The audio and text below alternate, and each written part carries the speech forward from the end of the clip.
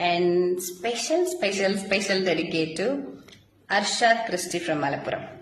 ഇതിന് തൊട്ട് മുമ്പേ ഞാനൊരു സ്റ്റോറി ഇട്ടിട്ടുണ്ടായിരുന്നു. അപ്പം first of all thank you so much.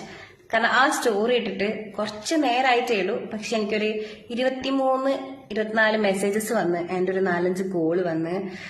സത്യം ഞാനത് എക്സ്പെക്ട് ചെയ്തില്ല ഈ ഒരു ചെറിയൊരു ടൈമിനുള്ളിൽ. And thank you so much. പക്ഷെ എനിക്ക് എല്ലാം എടുത്തിട്ട് എല്ലാത്തിനും മെസ്സേജ് അയക്കണം, എല്ലാത്തിനും റിപ്ലൈ തരാനോ പറ്റാത്തതുകൊണ്ട് ഐ തിങ്ക് വൈ നോട്ട് ഒരു വീഡിയോ ചെയ്താൽ കുറച്ചും കൂടെ ആൾക്കാർക്ക് ക്ലിയർ കിട്ടും. സോഷ്യൽ മീഡിയയിൽ ഇപ്പം ഞരമ്പന്മാരെ തട്ടിയിട്ട് നടക്കാൻ പറ്റാത്ത അവസ്ഥയാണ്. നമ്മുടെ വയനാട് ദുരന്തം ഉണ്ടായപ്പോൾ തന്നെ ഒരുപാട് ഞരമ്പന്മാരെ നമ്മൾ കണ്ടതാണ്. അവരിൽ പകുതി പേരെ നമ്മൾ നാട്ടുകാർ പഞ്ഞിക്കിടുകയും ചെയ്തിട്ടുണ്ട്. അപ്പോൾ ഇതെല്ലാം കണ്ടിട്ടും യാതൊരു മാറ്റമില്ലാത്ത ഒരു ടീം ഇപ്പോഴും നമ്മുടെ സോഷ്യൽ മീഡിയയിൽ കിടന്ന് കളിക്കുന്നുണ്ട്. ലേറ്റസ്റ്റ് ആയിട്ട് വന്നിട്ടുള്ള ചങ്ങായിയാണ് അർഷാദ് ക്രിസ്റ്റി. ചങ്ങായിൻ്റെ പരിപാടി എന്താണെന്ന് വെച്ചിട്ടുണ്ടെങ്കിൽ അറിയാത്ത പ്രൊഫൈലിലേക്ക് മെസ്സേജ് അയക്കുക. മെസ്സേജ് എന്ന് പറഞ്ഞിട്ടുണ്ടെങ്കിൽ ഇവിടെ പറയാൻ പറ്റാത്ത മെസ്സേജാണ്, അതുകൊണ്ട് ഞാൻ ഇവിടെ സൈഡിൽ കാണിച്ചേക്കാം. ഇതാണ് ശരണ്യ സുധാകരൻ എന്ന് പറഞ്ഞിട്ടുള്ള ഒരു പ്രൊഫൈലിലേക്ക് ഈ ചങ്ങായി അയച്ചിട്ടുള്ള മെസ്സേജ്. അപ്പോൾ ഈ മെസ്സേജ് കണ്ടപ്പോഴത്തേക്കും നമ്മുടെ ശരണ്യ സുധാകരൻ എന്ത് ചെയ്തു, ഇതിൻ്റെ സ്ക്രീൻഷോട്ട് എടുത്തിട്ട് സ്റ്റോറി ആയിട്ട് ഇട്ടു. അപ്പം സ്റ്റോറി ആയിട്ട് ഇട്ട് കഴിഞ്ഞപ്പോഴത്തേക്കും ചങ്ങായിക്ക് അതങ്ങോട്ട് പൊള്ളി. അപ്പോൾ പുള്ളി എന്ത് ചെയ്തു എന്ന് വെച്ചിട്ടുണ്ടെങ്കിൽ ഈ ശരണ്യ സുധാകരൻ ഒരു മെസ്സേജ് അയച്ചു. അതായത് ഈ സ്റ്റോറി ഇട്ടതിന് ശേഷം ഈ അർഷാദ് എന്ന് പറയുന്ന ആൾ ശരണ്യയ്ക്ക് ഒരു മെസ്സേജ് അയച്ചു. ആ മെസ്സേജ് എന്താണെന്ന് നമുക്കൊന്ന് കാണാം. മലപ്പുറമാണ്, തിരൂരാണ്, പിന്നെ താനൂരാണ് ബേസിക്കലി. ഈ പറഞ്ഞ വീഡിയോ ഞാനിപ്പോ കണ്ട്. Okay, my mistake. ഒന്നാമത് ഒരു സോറി ഞാൻ ചോദിക്കുന്നുണ്ട്. സോറി ചോദിക്കാൻ അർഹമല്ല, എന്നാലും സോറി. പിന്നെ എന്താ പറയാ, ഞാൻ നിന്നോട് ചോദിച്ചത് പേഴ്സണലാണ്, നിനക്കത് പറ്റൂലെങ്കിൽ. കാരണം നിന്നോട് അത് വേറെ ഒരു അർത്ഥം വെച്ചിട്ടല്ലോ കേട്ടോ. ഞാൻ എപ്പോഴും പറയുന്നത്, ഞാൻ അത് മെസ്സേജ് നിനക്ക് അന്ന് റീപ്ലൈയിൽ ഞാൻ പറഞ്ഞു. നിന്റെ അമ്മ കുറിച്ച് കഴിഞ്ഞപ്പോൾ അമ്മ കുറിച്ചപ്പോൾ ഞാനത് പറഞ്ഞു. എന്താ പറയാ, അതിനെതിരായിട്ട് ഞാൻ നിനക്ക് ഫക്ക് വിടാത്തെന്നറിയോ, മദർ ഫക്കർ അടിക്കാത്തെന്നറിയോ? ഞാൻ ഉണ്ടാക്കാനായതുകൊണ്ടല്ല മോളെ. ഞാൻ അത്ര ഇതുണ്ടെങ്കിൽ നീ ഇതും കൂടി ഈ വോയിസ് ഇല്ലേ ഇത് വിടണോ? കാരണം ഞാൻ നിന്നോട് പേഴ്സണലി ചോദിച്ചാൽ നിന്നോട് പ്രഷർ തോന്നി, ആ ടൈമിൽ ഒരു പ്രഷർ തോന്നി. സ്വാഭാവികമാണ്, നാട്ടിൽ മുട്ടുള്ളവർ ആരും ചോദിക്കും. നിന്നോട് ആരും ചോദിച്ചിട്ടുണ്ടോ എന്ന് എനിക്കറിയില്ല. ഉണ്ടെങ്കിൽ ഓക്കെ, ആ ഒരു ബിഹേവിയർ അന്ന് അത് പറഞ്ഞിട്ടുണ്ടെങ്കിൽ അത് ആ സിറ്റുവേഷനിൽ ഞാൻ പറയും. അല്ലെങ്കിൽ മോനെ ഇതിന് താല്പര്യമില്ല, അങ്ങനത്തെ ഒരു ബേസിക്. എങ്ങനെയുണ്ട്? അരിയും തിന്ന് ആശാരിയും കടിച്ചിട്ട് പിന്നെയും പട്ടിക്ക് മുറുമുറുപ്പ് എന്ന് പറഞ്ഞ പോലെയാണ് സംഭവത്തിൻ്റെ കിടപ്പ്. എന്ത് സുഖമാണ് ഇതിൽ നിന്ന് കിട്ടുന്നതെന്നാണ് മനസ്സിലാകാത്തത്. അതായത് അറിയാത്ത ഒരാൾക്ക് അയക്കുന്ന മെസ്സേജാണ് ഇതെല്ലാം. ഇങ്ങനെ അയക്കുന്നതുകൊണ്ട് എന്താണ്, സാധാരണ നിലയിൽ ഇങ്ങനെ മെസ്സേജ് അയച്ചിട്ട് പിറ്റേ ദിവസം വന്നിട്ട് പറയാറുണ്ട്, അയ്യോ ഞാൻ മദ്യത്തിൻ്റെ ലഹരിയിൽ അല്ലെങ്കിൽ മയക്കുമരുന്നിൻ്റെ ലഹരിയിൽ ഞാൻ അറിയാതെ ചെയ്തു പോയതാണ് എന്നൊക്കെ പറഞ്ഞിട്ട് ഇങ്ങനെ മെസ്സേജ് അയക്കാറുണ്ട് സാധാരണ. അല്ലെങ്കിൽ ഒരു വീഡിയോ വന്ന് ചെയ്യാറുണ്ട്. സാധാരണ അങ്ങനെയാണ് കാണാറ്. പക്ഷേ ചങ്ങാക്ക് ഇപ്പോഴും പുള്ളി ചെയ്തത് എന്താണെന്ന് മനസ്സിലായിട്ടില്ല. അപ്പോൾ പുള്ളീൻ്റെ ഫ്രണ്ട് ലിസ്റ്റിൽ നോക്കുമ്പോൾ ഒരുപാട് പെൺകുട്ടികളുണ്ട്, ഒരുപാട് പേരുണ്ട്. അപ്പം ഞാനൊരു കാര്യം പറയാം, ഈ പുള്ളിക്കാരൻ്റെ ഫ്രണ്ട്സിനോടും ബന്ധുക്കളോടും അല്ലെങ്കിൽ കൂട്ടുകാരോടൊക്കെ ആയിട്ടാണ് പുള്ളീനെ നിങ്ങളൊന്ന് സൂക്ഷിക്കണം. കാരണം യാതൊരു പരിചയവും ഇല്ലാത്ത ഒരാൾക്ക് ഇമാതിരി മെസ്സേജ് അയക്കുന്ന ഒരാൾ എന്തായാലും നിങ്ങൾക്ക് മെസ്സേജ് അയക്കുകയോ അല്ലെങ്കിൽ എന്തെങ്കിലും മോശമായിട്ട് പെരുമാറുകയോ ചെയ്യാതിരിക്കില്ല. അതുകൊണ്ട് നിങ്ങൾ എന്തായാലും ഇവനെ ഒന്ന് സൂക്ഷിച്ചോ. ഇവൻ്റെ ഈ പുറമേയുള്ള പരിപാടിയും കാര്യങ്ങളൊന്നും കണ്ട് നിങ്ങൾ അതിൽ വെറുതെ വീഴാൻ നിൽക്കണ്ട.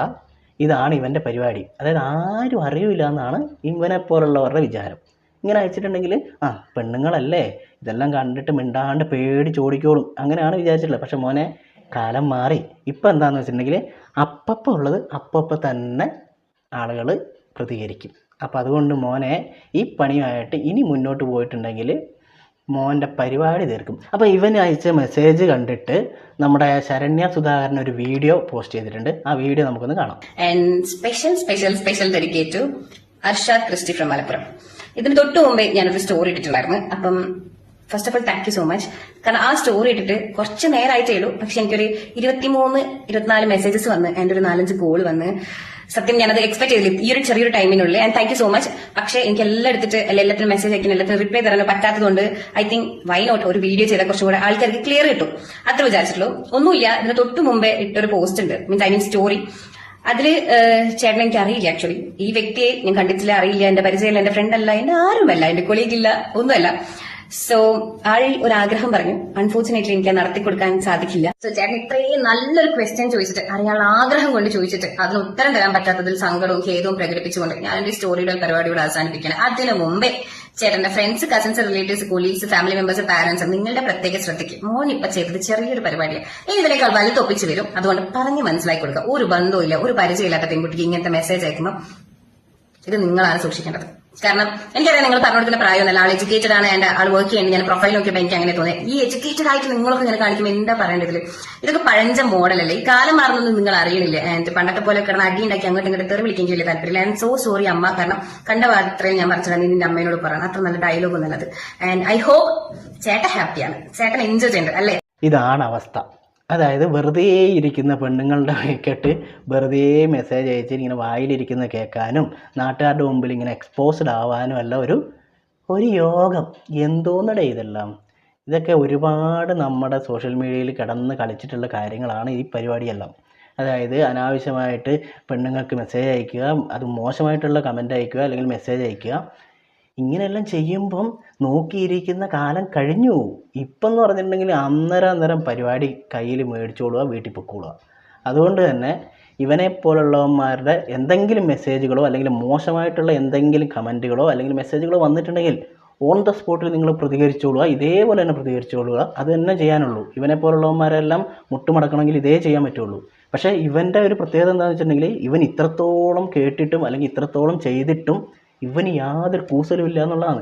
എന്നിട്ട് അവൻ ഇന്നും സ്റ്റോറി ഇട്ടിട്ടുണ്ട്. ഇവനൊന്നും ഇത് എനിക്ക് തോന്നുന്നു ഇവനൊക്കെ പണ്ട് മുതലേ ചെയ്തു വരുന്ന ഒരു പരിപാടിയാണെന്ന് തോന്നുന്നത്. അതുകൊണ്ടായിരിക്കും. അതുകൊണ്ട് കൂട്ടത്തിലുള്ള പെൺകുട്ടികളെ സൂക്ഷിച്ചോ. ഇവനെ ഒന്നും വിശ്വസിക്കാൻ പറ്റൂല മക്കളെ, കേട്ടോ. അപ്പം അറിയാത്ത ഒരാൾക്ക് വരെ ഇമാതിരി ഡയലോഗും ഇമാതിരി മെസ്സേജും അയക്കുന്നുണ്ടെങ്കിൽ കൂടെയുള്ളവരൊക്കെ എത്രത്തോളം സഹിക്കുന്നുണ്ടാവും. അതുകൊണ്ട് തന്നെ ഇനി ഇവനെ പോലുള്ളവന്മാർ വരുമ്പം ആരെങ്കിലും മെസ്സേജ് അയച്ചിട്ടുണ്ടെങ്കിൽ അന്നേരം നിങ്ങൾ ഇതേപോലെ തുറന്നു കാണിക്കുക. സമൂഹത്തിന് മുമ്പിലേക്ക് നിങ്ങളിങ്ങനെ പുറത്തോട്ട് ഇങ്ങനെ കൊണ്ടുവരും അവന്മാരെല്ലാം. വെറുതെ വീടിൻ്റെ ഉള്ളിൽ ഇരുന്ന് അല്ലെങ്കിൽ ഫോണിൻ്റെ ഉള്ളിൽ നോക്കിക്കൊണ്ട് എന്തും ചെയ്യാൻ പറ്റും, അല്ലെങ്കിൽ എന്തും പറയാം, എന്തും ചോദിക്കാം, എന്ത് മെസ്സേജ് അയക്കാം എന്ന് വിചാരിച്ച് നടക്കുന്നവന്മാർക്ക് നല്ലൊരു പണി തന്നെയാണ് ഇങ്ങനെയുള്ള പെൺകുട്ടികൾ ചെയ്യുന്നത്.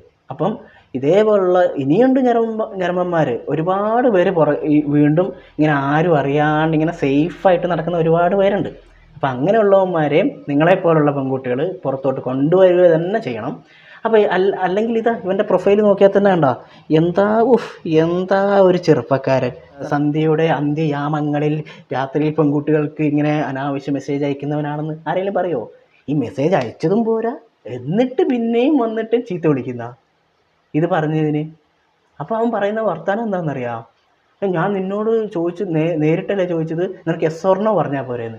എന്തോന്നല്ലേ ഇതൊക്കെ ഒരു ന്യായീകരണം. നിന്നോട് ഞാൻ നേരിട്ടല്ലേ ചോദിച്ചത്, അല്ലാണ്ട് ഞാൻ സോഷ്യൽ മീഡിയയിൽ പബ്ലിക്കായിട്ട് ചോദിച്ചതല്ലല്ല. നിനക്ക് എസ് ആണെങ്കിൽ എസ് അല്ലെങ്കിൽ നോ ആണെങ്കിൽ നോ പറഞ്ഞാൽ പോരെ. ഇതൊക്കെയാണ് ഇവൻ്റെയൊക്കെ മറുപടി. ഇതിനൊക്കെ എന്താണ് നമ്മൾ മറുപടി പറയേണ്ടത്? കൊള്ളാം, എന്തായാലും സൂപ്പറായിട്ടുണ്ട് അർഷാദ് ക്രിസ്റ്റി.